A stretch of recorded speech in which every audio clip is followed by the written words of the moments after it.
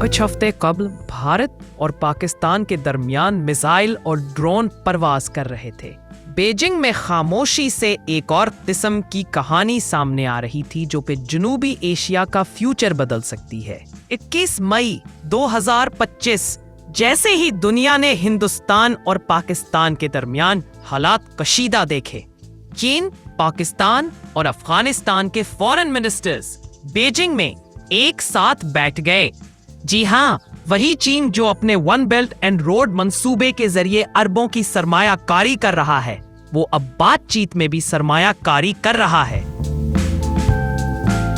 मुलाकात का एक बड़ा पहलू ये सामने आया कि पाकिस्तान और अफगानिस्तान तकरीबन 4 साल की खामोशी के बाद मुकम्मल सफारती ताल्लुकात बहाल करने के लिए तैयार हैं। और सिर्फ यही नहीं, चीन ने ये भी तस्दीक की कि चीन पाकिस्तान इक्तसादी राहदारी $62 बिलियन का मेगा प्रोजेक्ट अब उसे अफगानिस्तान तक बढ़ाया जा रहा है।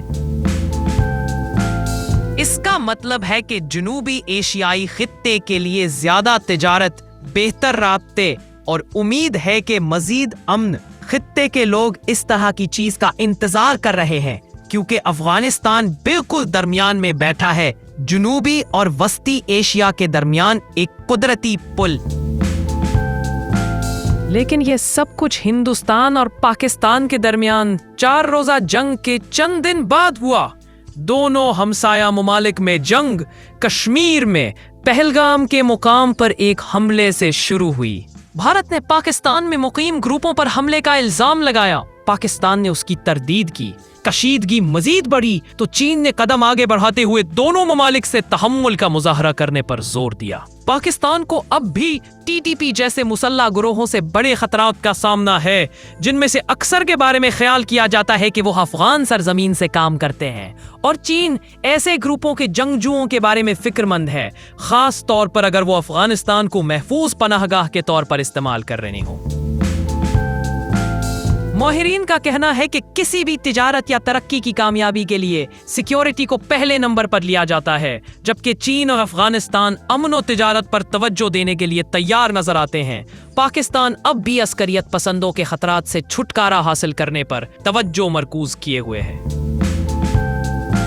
यही वो मकाम है जहां चीन का किरदार अहम हो जाता है। दोनों हमसाया ममालिक के ताल्लुकात को बेहतर बनाने के लिए चीन जैसे गैर जानिबदार मुल्क की बहुत अशद जरूरत है। हो सकता है बीजिंग मीटिंग से 2 हमसाया ममालिक के दरमियान मसाइल हल न हुए हों, लेकिन इसने बातचीत के दरवाजे दोबारा खोल दिए हैं जो तकरीबन 4 साल से बंद थे। और शायद ये एक नए बाब का आगाज है जहां पड़ोसी ज्यादा बात करते हैं और कम लड़ते हैं। तो अब सवाल ये है कि क्या ये ताउन जारी रहेगा? क्या माशी ताल्लुकात अमन ला सकते हैं जहां सियासत नाकाम हो गई हो? सिर्फ वक्त बताएगा। लेकिन अभी के लिए बातचीत शुरू हो चुकी है और ये बसाते खुद तरक्की है।